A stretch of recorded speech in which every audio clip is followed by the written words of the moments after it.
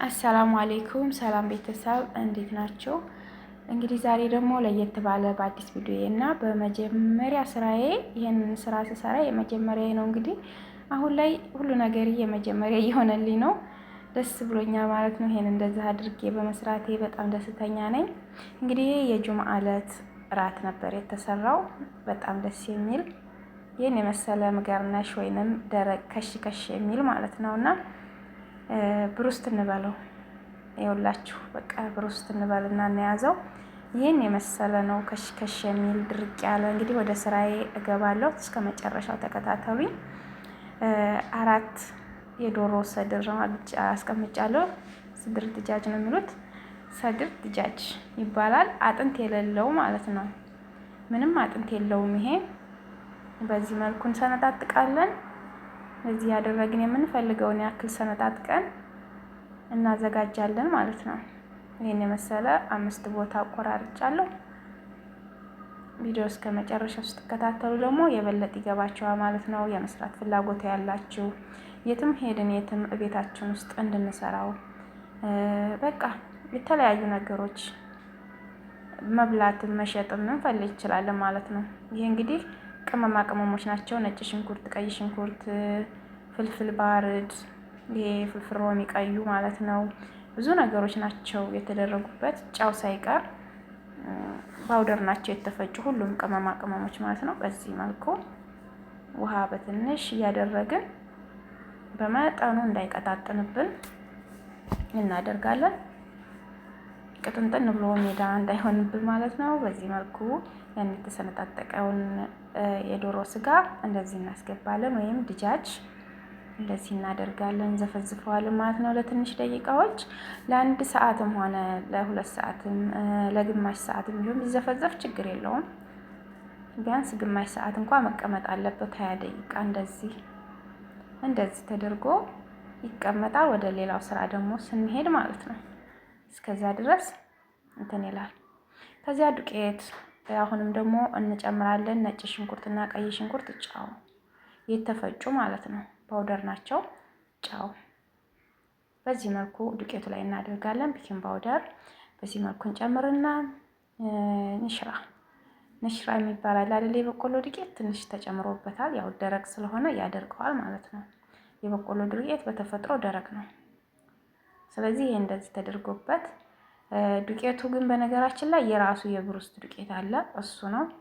ዝም ብሎ ማንኛውም ዱቄት ይሆናል። ነጭ ዱቄት ግን እንደዚህ አይሆንም። እንደራሱ ዱቄት አይሆንም። ብዙም ይሆናል ማለት ነው። እንደዛ አድርጎ መስራት ይቻላል። በዱቄት በማንኛውም ዱቄት ብቻ ሞክሩት። ሙያ ለራስ ነው። እንዲህ አድርገን እናስቀምጠዋለን ዱቄት ላይ። በዚህ መልኩ በዱቄት እናደበላልቅና እናሸዋለን ቀስ እያልን። ስጋው አቅም የለውም። እንዲህ ጫን ብለን ከያዝነው ቁርጥ ነው የሚለው የዚህ ሀገር የዶሮ ስጋ ማለት ነው። ድጃጅ ለሐም ድጃጅ። እኔ እኮ አረበኛ ብዙም አልችልም፣ ግን ነገራችን ላይ ሰድር ድጃጅ እንዲህ አድርገን እናደርገዋለን።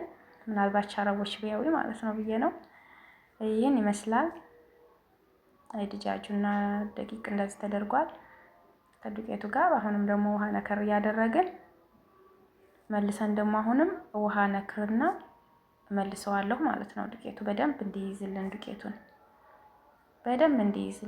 በደንብ ከያዘልን ነው እኮ ከሽ ከሽ የሚለው እንጂ ዶሮ ብቻውን ከሽ ከሽ አይልልንም። ያንን ቅመማ ቅመም ተጨምሮበታል። ዱቄቱ ምናምን አብሮ እንትን ይልልናል ማለት ነው። እንደዚህ ያደረግን ቀስ እያልን፣ ነገራችን ላይ በስራችን ነገር ሁሉ ላይ ቀስ እያልን መስራት አለብን። እንዳንሳሳትም እንዳይበላሽብንም በእርጋታ መስራት ግዴታ ነው። እንግዲህ ይሄን ይመስላል። አያችሁት? እንደዚህ አሁን እንደዚህ ፍርክርክ ብሏል። አሁንም ዱቄቱ በደንብ እንዲይዝልን ማድረግ አለብን። እንደዚህ በዚህ መልኩ እንደዚህ እያደረግን ስራችንን እንጨርሳለን ማለት ነው። ይሄን ይመስላል እንግዲህ ዱቄቱን ረግፍ ስናደርገው ይውላችሁ ይዟል አልያዘም። ዱቄቱን የምናማራግፈው ለሚመስላችኋል? ይዟል አልያዘም ነው። ዱቄቱን እንደዚህ መጥጥ አድርጎ ከዚያ ዘይታችንን እንደዚህ እናግላለን። ዘይቱ በዚህ መልኩ ይግላል። እንደዚህ አድርገን ቀስ ብለን ዘይቱን በጣም ማንበግበግ የለብንም። እሳቱን ቅንስ አድርገን ቀስ እያልን ነው የምንጠብሰው። በአንዴ ቡግ ብሎ እንትን እንዳይልብን ማለት ነው፣ እንዳይቃጠል ቶሎ ቶሎ ብሎ ውስጡ ሳይገባው ከላይ ከላይ ብቻ እንዳይበስልብን ማለት ነው። እሳቷን በመጠኑ አድርገን ነው ዘይቱን መጀመሪያ የምናግለው። በዚህ መልኩ እንግዲህ ቀስ እያልን አብስለን እናየዋለን ማለት ነው። ገልበጥ እያደረግን አያችሁት። በቤታችን ውስጥ ለራሳችን ብናዘጋጅ አገር ገብተን እንደዚህ እየሰራን ብንሸጥ ምግብ ቤት ከፍተን የራሳችንን ምናምን በቃ እኔ እንደዛ ነው የምመኘው። ግን ከእንደዚህ አይነት ከመጨናነቅ ኑሮ አላህ ያውጣንና እንደዛ ብንሰራ የሚለው ነገር ሙያ በራሳችን በጭንቅላታችን ውስጥ ካለ በጣም ደስ ነው የሚለው። እንደዛ ብዬ ነው የማምነው እኔ። ይህን ይመስላል አያችሁት። አሁን በሰለ ማለት ነው እንግዲህ ይህን የመሰለ ገርነሽ ወይም ከሽከሽ የሚል ደረቅ ማለት ነው በአማርኛው ዱቄቱ። አሁንም ደግሞ የተረፈኝንም እንደዛው እሰራለሁ ማለት ነው። ብዙ ስለሆነ መስራት አለብኝ መጨረስ። ዱቄቱን የቅድሙን እንደዚህ ነፍቼ ያወጣሁት ቅድም ያንደባለልኩበት እንትን እንዳይልብኝ ነው ማለት ነው። ቅድም የሰራሁበት ውሃ ነገሩ ምናምኑ እንዳይቁረጠረጥ እና ይህን ይመስላል እንግዲህ። ድምፄ ከበድ ይላል፣ ያው ጉፋን ይዞኝ ነው። ምንም ማድረግ አይቻልም። አያችሁት። አሁንም እንደዚህ እያደረግን ግልብጥ እያደረግን ያንኑ የተረፈንም ስራው እንደዚህ ነው ይቀጥላል ማለት ነው። ልዩነት የለውም። የተረፈንንም በዚሁ መልኩ ነው እንደዛ የምንሰራው፣ ያንኑ ያዘጋጀነው ነገር ላይ ማለት ነው። አሁንም እንደዚሁ ይደገማል። እንትን መጥጥ አድርጎ ይይዝልናል።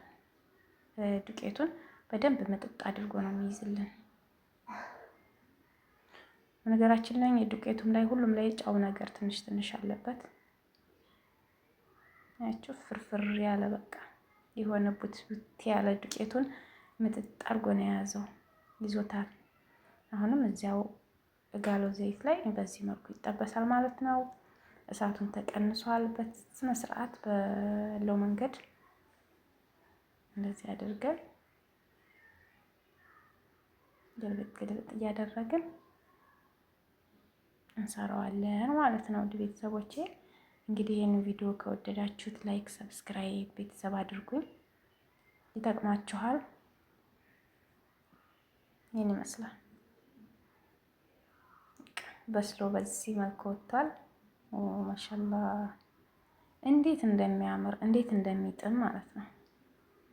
ይህን እንግዲህ ቆረስ ሸረፍ እያደረግን ከሽ እያደረግን መብላት ነው ማለት ነው። እኔ እኮ መዳሜ እንዴት እንደምታመሰግነኝ ልነግራችሁ አልችልም። እንዴት እንደምታመሰግነኝ ማለት ነው። ጠብሽ ማሻላህ ነው የምትለኝ።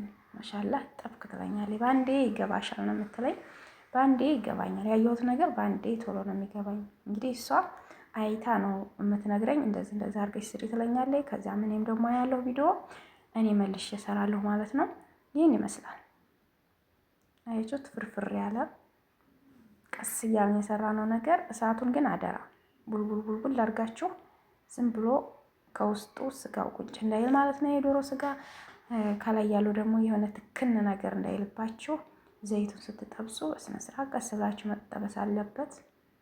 እንግዲህ የተደረገውንም ግብአቶች ታውቃላችሁ፣ ምን እንደተደረገ በቤታችን ውስጥ እንዴት እንደምንሰራ አገርም ሆነ እዚህም ሆነ በስራ በስደት ቦታ ላይ ሆነ ስሩልን ሲሉን ስራ ያስወድደናል እንጂ አያስጠላንም። እኔ ባትሰራ ምናምን ምግብ ስራ ከሄድን እኔ ባትሰራ ለምን ብዬ የተለያየ ነገር ምናምን ባትሉ ጥሩ ነው።